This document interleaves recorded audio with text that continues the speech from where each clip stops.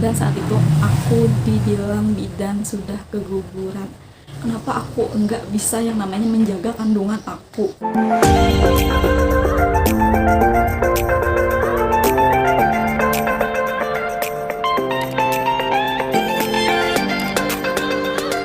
Assalamualaikum, welcome back to my channel.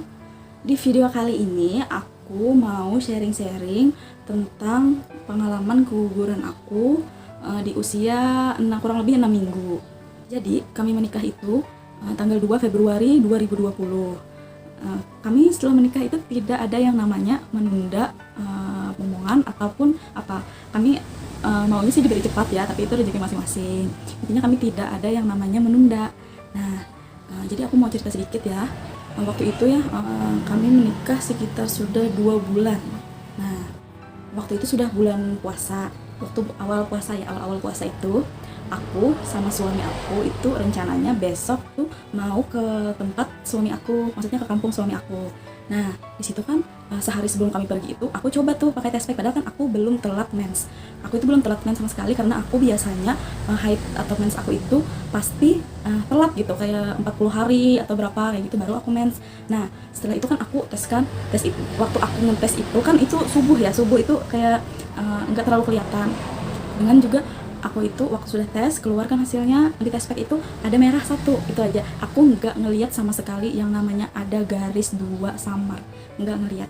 Nah, setelah itu kan aku simpan, aku kayak gitu, aku setiap pakai test pack pasti aku simpan. Besoknya aku pergi dengan suami aku, kan menurut aku nggak apa-apa pergi ke sana, soalnya aku nggak hamil juga kayak gitu. Kenapa aku pikir kayak gitu? Karena jalan menuju di sana itu kayak batu-batu dengan banyak lubangnya kayak gitu. Jadi kan tahu aja kalau kami kan pakai motor. Sudah sampai kan aku di tempat di kampung suami aku, yaitu di Lamunti A1. Nah, setelah itu aku buka puasa tuh seperti biasa, makan kue aja dulu kalau buka puasa. Pokoknya aku mulai hari pertama puasa itu nggak mau yang namanya makan nasi. Soalnya nggak tahu, mual aja perut aku kalau lihat nasi kayak gitu. Itu mulai hari pertama puasa. Kalau buka puasa kayak gitu. Nah, setelah itu kan sudah buka puasa, subuh itu sahur. Nah, waktu aku sahur itu nggak tahu kenapa ya, kalau sahur aku mau makan nasi kalau sahur. Nah, nggak tahu kenapa waktu sahur aku itu tiba-tiba pusing kayak seakan-akan melayang kayak gitu, melayang. Dan hari itu hari ketiga kami di tempat suami aku itu, di kampung suami aku itu kami pulang karena besok suami aku tuh kerja. Jadi kami pulang di jalan itu aku juga kan hentak-hentakan, ngerasa kayak ada kayak sakit kayak gitu. Nah, cuman aku pikir nggak apa-apa kayak gitu. Sudah sampai dan kami pun sama-sama istirahat lah, kan kecapean kan, jauh, sama-sama istirahat berdua. Dan setelah itu kan besoknya dan suami aku pergi kerja, aku itu beres-beres rumah. Setelah beres-beres rumah lalu beres-beres lemari. Nah, setelah itu kenapa aku nggak tahu juga ya kenapa saat itu aku itu mau yang namanya buka test pack itu lagi. Nah, setelah itu kan aku buka test pack itu lagi dan aku liatin tuh, kok kenapa nih ada garis 2 samar, bener apa enggak ya. Nah, situ aku bingung mau cerita sama siapa, dan aku langsung ingat dengan teman aku yang aku pernah dengar cerita dia itu samar-samar juga test packnya. Dan aku pun langsung chat dia kan di WA, gimana nih, gimana dia dulu waktu test pack samar. Dia bilang kayak, dia kan cerita lagi kan. Dan setelah itu aku cerita bahwa punya aku itu ada garis 2-nya cuman samar. Dan setelah itu dia minta fotokan dan aku fotokan, dan dia, kamu ini hamil deh, selamat ya, kata dia. Dan aku pun masih bingung, aku ini hamil apa enggak, beneran apa enggak kayak gitu. Nah, habisnya test pack itu sudah beberapa hari yang lalu kayak gitu. Dan aku itu masih bingung, aku nggak ada cerita sama suami aku. Dan keesokan subuhnya, waktu subuh aku tes pack lagi dan ternyata emang benar garis 2 tapi samar dan lebih jelas kayak gitu, lebih jelas dari yang pertama. Setelah aku tes pack itu aku bilang dong dengan suami, sayang, ini langsung kasihkan tes pack itu ke dia, dan dia nggak percaya, dan dia langsung meluk aku dan dia langsung pokoknya bahagia, pokoknya kamu jangan ngapa-ngapain, katanya. Ya pastilah, siapa yang nggak bahagia mau mendapatkan seorang anak, yaitu rezeki dari Allah kayak gitu ya. Kan dia pergi bekerja dan aku di rumah, dan nggak tahu kenapa ya, keram di perut aku itu, pikiranku itu tuh cuman emang efek hamil mungkin kayak gitu, karena aku nggak tahu, karena ini pengalaman pertama aku. pokoknya kram, lebih dari saat kita mau menstruasi. Nah kayak gitu, kram kan, kenapa ya kram banget rasanya. Aku itu kalau jalan aja megang perut kayak gitu, kayak sakitnya itu kayak berasa banget kayak gitu. Sekitar 2-3 hari kemudian, dan setelah aku tahu ya, aku bener-bener garis 2 itu, aku mau mandi itu dan aku melihat ada bercak darah. Bercak darahnya itu gimana ya, terang, enggak kayak menstruasi kayak gitu, cuman kok terang kayak. Dan aku pun ke kamar, aku sholat, aku ngaji kayak biasa. Aku kira itu cuman bercak tanda kehamilan aja, tapi kok ngerasa makin ada yang keluar kayak gitu. Dan aku pun bilang dengan suami, sayang, aku tadi ada bercak darah waktu aku mandi. Dan dia pun kaget, gimana, sakit katanya. Enggak, sudah enggak sakit lagi sih, kata aku, enggak kram-kram kayak kemarin lagi, kata aku. Tante aku tuh kan seorang bidan, jadi aku langsung hubungin dia. Kakakku juga, kata aku, enggak apa-apa, jangan kecapean. Kata tante aku juga, iya jangan kecapean Dep, kata beliau. Dan kok enggak berhenti darahnya. Besoknya ada keluar kayak gumpalan darah atau kayak hati ayam kayak gitu. Nah warnanya kayak hati ayam kayak gitu keluar. Menurutku, oh mungkin biasa aja kayak gini, itu pikiran aku saat itu. Kan hari kedua itu makin banyak keluar.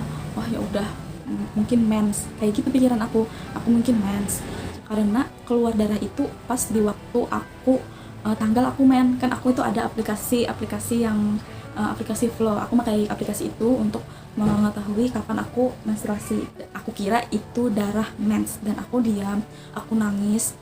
Aku pikir kayak gini, nggak jadi ya, aku nggak jadi hamil kayak gitu, macam-macam pikiran aku. Nggak jadi hamil, sedih, nangis, tanya-tanya kenapa ada garis 2 ini, tanya-tanya dalam hati aku kan.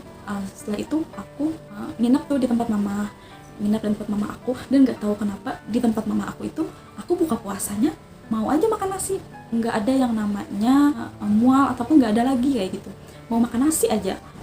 Dan setelah itu kami kan 1 malam aja nginep di tempat mama. Nah besoknya itu sudah nggak ada lagi, dan aku pun mandi bersih kayak biasa, bersih lah, habis haid kan. Kira aku emang nggak keluar ya, kurang lebih itu tuh hitungan 3 hari, 2 atau 3 hari aku mens. Nah itu pikiran aku saat itu, sedih.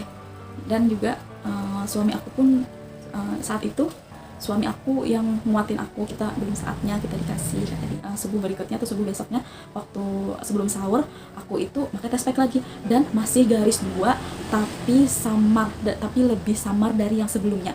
Bingung kan aku, kenapa ini ada atau nggak ada. Jadi aku bilang sama suami, pokoknya malam ini kita harus ke bidan, kata aku. Malam itu pun kami pergi ke bidan, dan aku di situ test pack lagi dengan test pack lagi. Aku ngeliatin kan test pack aku yang terakhir, dan kata beliau, oke, kita test pack ulang. Dan aku pun dengan beliau test pack, aku pun di tempat bidan itu test pack ulang. Waktu di test pack itu garis 1 aja. Nah dan saat itu aku dibilang bidan sudah keguguran. Nah kata bidan, kalau ada kram-kram atau keluar darah sedikit itu langsung aja ke bidan praktek manapun, kata bidan itu, karena itu rentan keguguran. Ini keguguran, kata bidan, karena kecapean, jangan capek kayak gitu. Dan di situ waktu aku tahu aku itu keguguran, aku itu langsung mau nangis, tapi aku tahan nangis. Dan suami aku kan dipanggil kan, masuk ke dalam, dipanggil. Setelah itu dijelaskan oleh bidan itu bahwa jangan terlalu capek, aku jangan apa kayak gitu. Setelah itu aku dikasih obat vitamin aja sih, vitamin. 10 hari lagi kamu kontrol lagi, kata bidannya. Iya, kata kan, udah kamu pulang. Dan aku, nggak apa-apa ya yang, kata aku.